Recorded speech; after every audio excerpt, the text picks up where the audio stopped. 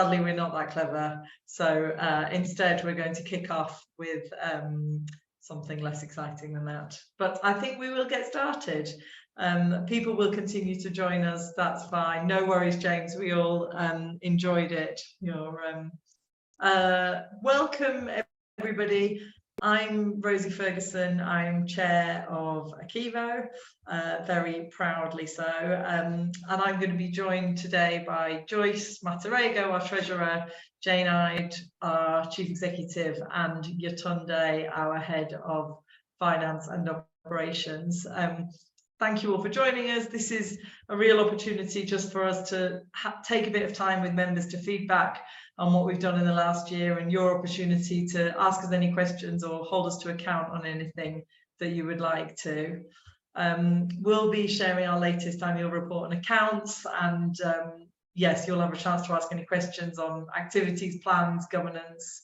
In the top left-hand corner of your screen, you will see a button for our Otter AI transcription service, if that's something that would be helpful for you. We're also recording today's meeting so that we can share it more widely with members who aren't able to make the time.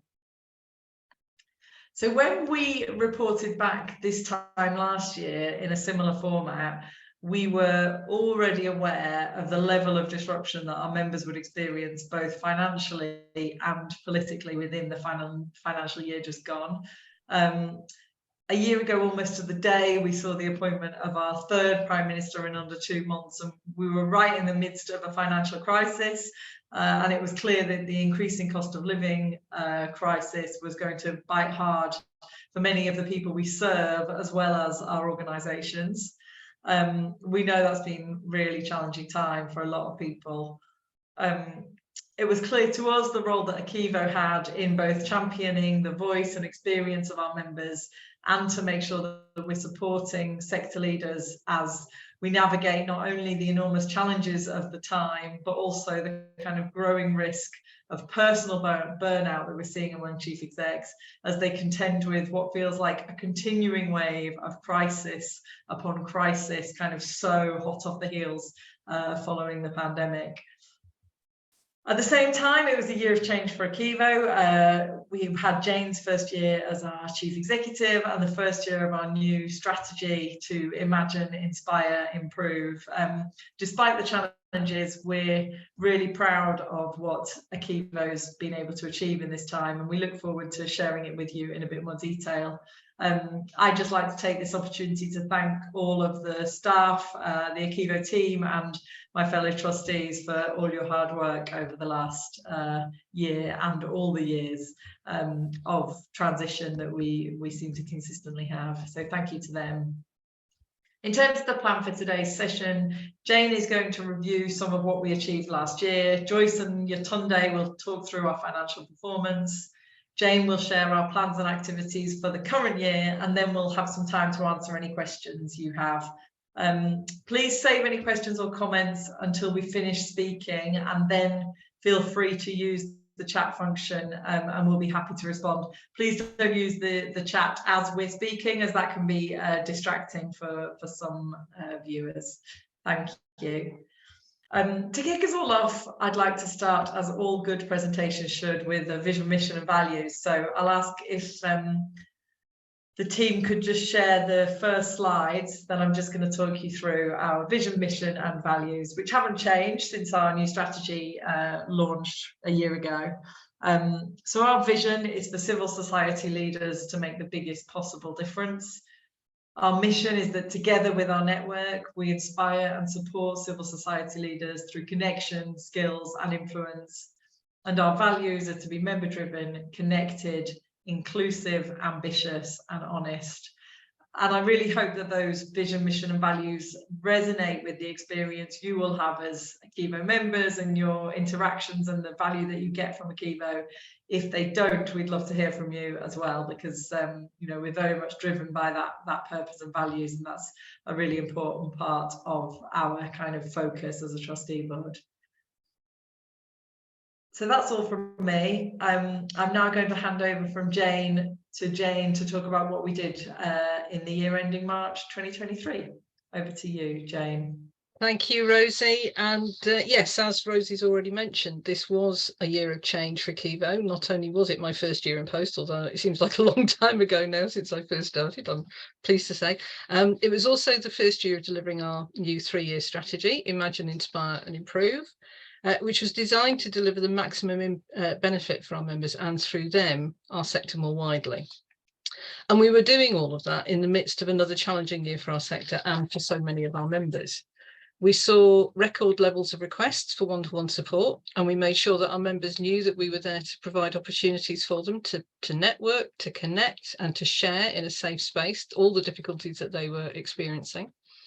We played a key role on the national stage, lobbying government to provide urgently needed financial support for our sector, which again seems like a very long time ago, but did result in the £100 million of funding that was announced by the Chancellor in his spring statement earlier this year, only 6 months ago. I think it's a huge credit to our small but very perfectly formed team that in the midst of so much unplanned activity, we continued to deliver a really packed calendar of events, leadership development activities, chances to network, to connect with peers, mentoring and coaching opportunities, webinars, seminars, and of course, our brilliant flagship ACEVO Fest, which was delivered over 3 days in March. We worked to help our members imagine a better world. One key strand of our work last year was putting in the groundwork, that really, really important groundwork for Home Truths 2, which is an ambitious, multifaceted programme that we're going to be delivering, and we are delivering now in partnership with Voice for Change England, to help drive real, tangible change in the efforts to tackle racism in our sector. And alongside that, at the same time, we delivered the second Jane Slowey Fellowship Programme, supporting women leaders from Black and minoritized ethnic communities. We built on our ambitions to support members in their efforts to address the climate emergency, recruiting the second cohort of our member-led Sustainability and Climate Crisis Working Group. And we built a strong collaborative relationship with our colleagues at ACEVO that proved to be powerfully effective in influencing government to provide that support and funding that was so badly needed for our sector in the midst of the cost of living crisis. We sought to inspire our members and help them to inspire others by delivering this packed calendar of opportunities for them to come together in person and online to connect and to share and to learn.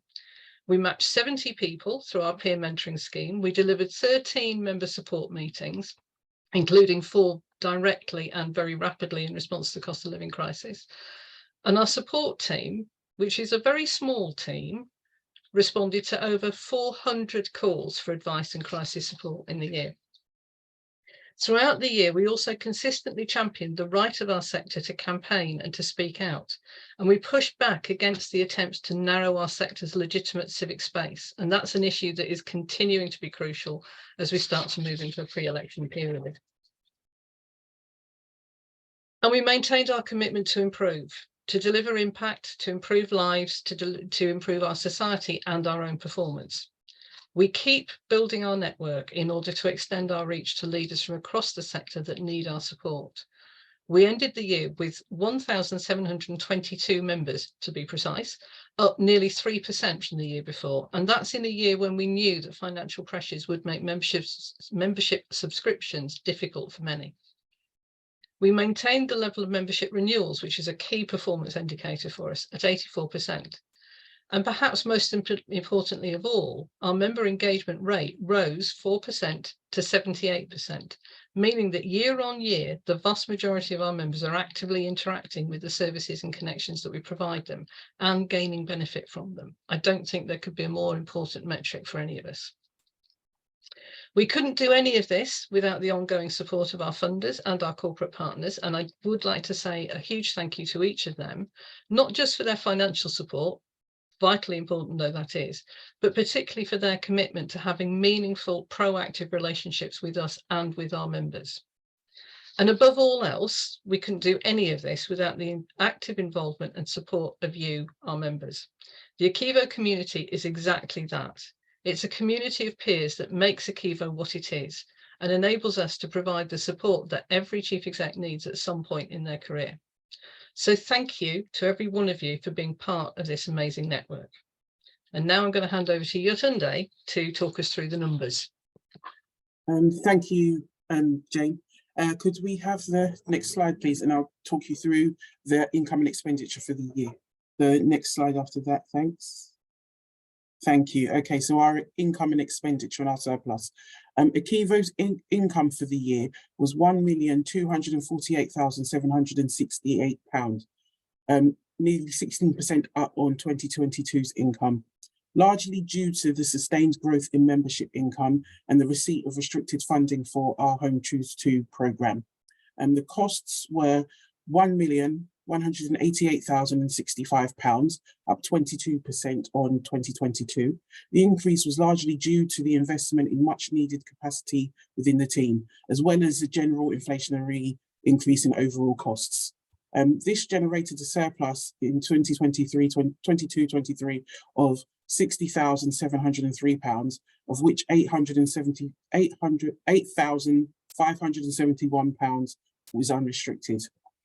Carried forward restricted funds were £65,899. At 31st March 2023, total group fund balances increased to £624,584, up from £563,881 last year.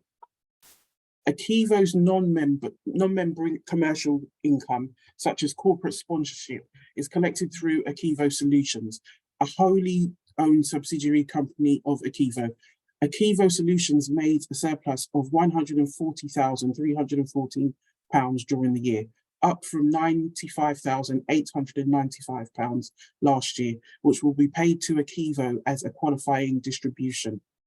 The next two slides show how we generated our income and where we spent our resources. Thank you. So how we raised our income, firstly, you'll see here an increase across the board in our streams of income, including relatively large increase in project income compared to last year, thanks to the funding that we received for the Home Choose 2 project, which will be spent down over the next 18 months. Next slide, please. How we spent our resources. Thank you. This shows a breakdown of our costs, showing the increase across all cost bases, largely due to our decision to invest in some badly needed additional resource in order to maintain the service levels for our increase in membership and the general inflationary increase in costs seen by all organisations. Thank you. The reserves, yes, so the balance sheet, thanks. Our reserves position, basically. Next, in defining its reserves policy, ACEVO has considered what level of free reserves is appropriate to keep the charity going in order to ensure its financial sustainability, future development, strategic development, and continuing to operate and meet the needs of the members in event of the unforeseen and potentially financially damaging circumstances arise. It has taken into account the reliability and continuance of future income generation and funding, timing of cash flow and working capital requirements, and cover for unplanned expenditure. The trustees review the reserves level on an annual basis, along with the risk assessment of key areas of income, as this provides the information on an adequate level of reserves to be maintained. The trustees consider that it would be prudent to set aside an amount of between 3 to 5 months of the forthcoming year's planned expenditure costs. So it's 23-24, this would be between £285,249 and £475,415. The free reserves as at 31st of March 2023 is £559,000. So we definitely meet the requirements of the reserves policy, as we've stated. Thanks. Next slide, please. Thanks. So within the year, we undertook a sort of detailed exercise to model our reserves spending plan. As you can see, we kind of, we are over what we would need in our reserves policy. So the trustees have undertook a detailed exercise to look at how we would spend that down over, or a plan of spending that over the next 4 to 5 years. This exercise allows the trustees to maintain full assurance of ACEVO's level of reserves in light of any changes to income or planned changes to expenditure in that time, and enables the prudent investment of excess reserves into resources that will directly support our members and the delivery of our mission. Progress against that plan will be reported to members on an annual basis. Thank you. And I'll pass over to Joyce to talk about the going concern. Thank you. Thank you, Tunde. I'm going to talk about going concern, which is basically talking about how ACEVO is able to continue to operate and service members in financially sustainable basis. Despite ongoing challenges caused by the cost of living crisis and its impact on members, ACEVO has had another successful financial year. Our membership offer continues to be valued. Member numbers grew another 3% this year to 1,722, and membership income remains strong at £656,367. Non-member earned income from our corporate partners also grew over the year. We are fortunate to retain the Paul Hamlin Foundation backbone funding of £40,000 per year for another 3 years, to have been given unrestricted funding of £15,000 over 1 year from the Pears Foundation, and to have received unrestricted funding from Garfield Weston of £80,000 over 2 years. In reviewing our business and financial plans for the coming year, the trustees took account of possible outcomes should our membership renewal rates decline, and the flexibility we have within our cost budget to offset any income shortfall. In September 2023, trustees discussed the specific areas around our viability as a going concern and any anticipated risk to our operations. The positive membership trends seen in recent years last year have continued to date, with stable membership numbers in the first months of the new financial year and member retention remaining strong at an average of 82%, which is quite high, in the first quarter of the new financial year to date. There are currently no identifiable risks which could materially impact our operating expenditure. The charity has a strong balance sheet, as Yetunde has covered, with free reserves of 559,000, well within the reserve policy approved by the trustees, and there is no indication of any short-term cash flow shortfall. The reserves investment plan adopted in March 2023 enables us to effectively model and forecast risks to our reserves levels and to make course adjustments accordingly. Given the availability and liquidity of these unrestricted funds, the trustees believe that the charity will have sufficient resources to meet its liabilities as they fall due. As such, they remain satisfied that the charity can continue to operate for the foreseeable future. And with that all said, the trustees signed off the annual report and accounts on the 21st of December, 2023. I'll now pass us on to Jane. Thank you, Joyce. And I have to say, I'm sure many of you will know exactly what I mean. Even though I know what the words are, it's still very reassuring to hear your treasurer saying we are still a going concern. So that's always good to know. So thank you for that. So that was last year. We're already halfway into the new year. That's the bizarre nature of this sort of annual reporting cycle, of course. But just to give you a little bit of an outline of what we're up to right now and what's coming over the next few months and into next year.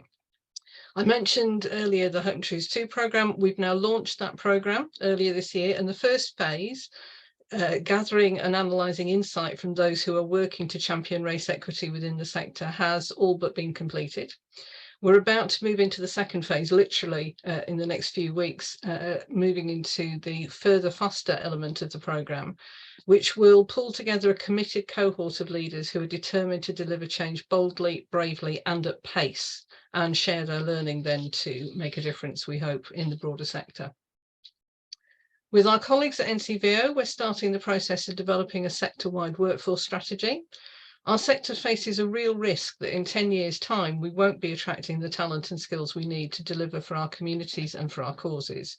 And now is the time for us to be thinking hard about how we address that risk. We've also been working with our friends at ACEVO to lead the development of a sector-driven manifesto in readiness for the forthcoming general election. The key themes of which have been informed by a series of member engagement events, are strengthening democracy and civic space, creating inclusive economies, building stronger communities, helping people to live happy and healthy lives, and action on climate change. We're also paying close attention to the things that help ACEVO to be the best organisation it can be. We're right in the middle of an election process for 4 new trustees to join our board, with a brilliantly strong roster of candidates, every one of which would bring real strength to our governance. If you haven't voted already, please do so. The closing date is, I think, on Monday. It's certainly, if not, then it's at the weekend, so please do that this week. And within the financial year, we're going to be starting the process to recruit our next chair to take over from Rosie when she steps down at the end of her term in December 2024, which is going to be a rather sad moment, I know, for all of us, but it has to happen. So we're starting the process of working around that. We're also, in the next financial year, going to be starting the process of developing our next strategy, which will have to be implemented in April 2025. So lots of long-term thinking and planning ahead. But in the meantime, of course, on a day-to-day basis, doing what we do in the here and now, we will, of course, be continuing to deliver a packed membership offer of events, leadership development opportunities, learning, connection and support, including what is shaping up to be an absolutely amazing ACEVO Fest in March next year, over 2 days, 12th and 13th of March, with some brilliant and inspirational speakers and topics. And again, tickets are on sale now. Don't miss out. There are limited numbers. Get your booking in now. I know a number of people already have, and it's going to be a really, really special event. Operationally, we've been focusing on building our capacity, as you've already heard, to ensure that we can keep maintaining the high levels of service that we offer to all of our members. We've increased our headcount since this time last year. This time last year, there were 16 of us. There's now 20. Sorry, don't know what happened there. We're having a really fun tech day today, so the Daleks came in there just for a moment. So we've increased our headcount to 20 from 16 this time last year, and the new roles that we've created are already having a very real, very tangible impact on our ability to meet our members' needs effectively. And financially, in line with the reserves investment plan that Yetunde's just outlined, we are working to a planned and sustainable deficit this year, enabling to invest our reserves effectively in developing our member services. The next 12 months are going to bring new challenges. We don't know what they are. They are going to be challenges that face our sector, face our members, face the people we are here to support. At the very least, we know that a general election is coming, and we know that for many in our sector, times will continue to be extremely tough financially, and for some, sadly, more than extremely tough. I'm really thankful and grateful to our board and to my team that we are in a position to provide strong and effective support for all of our members. And I'm excited about what more we can do together to imagine, inspire and improve. And now I'm going to hand back to you, Rosie, for any questions. Thank you very much. Thanks, Jane, Joyce and Yetunde. It's great to hear all of that.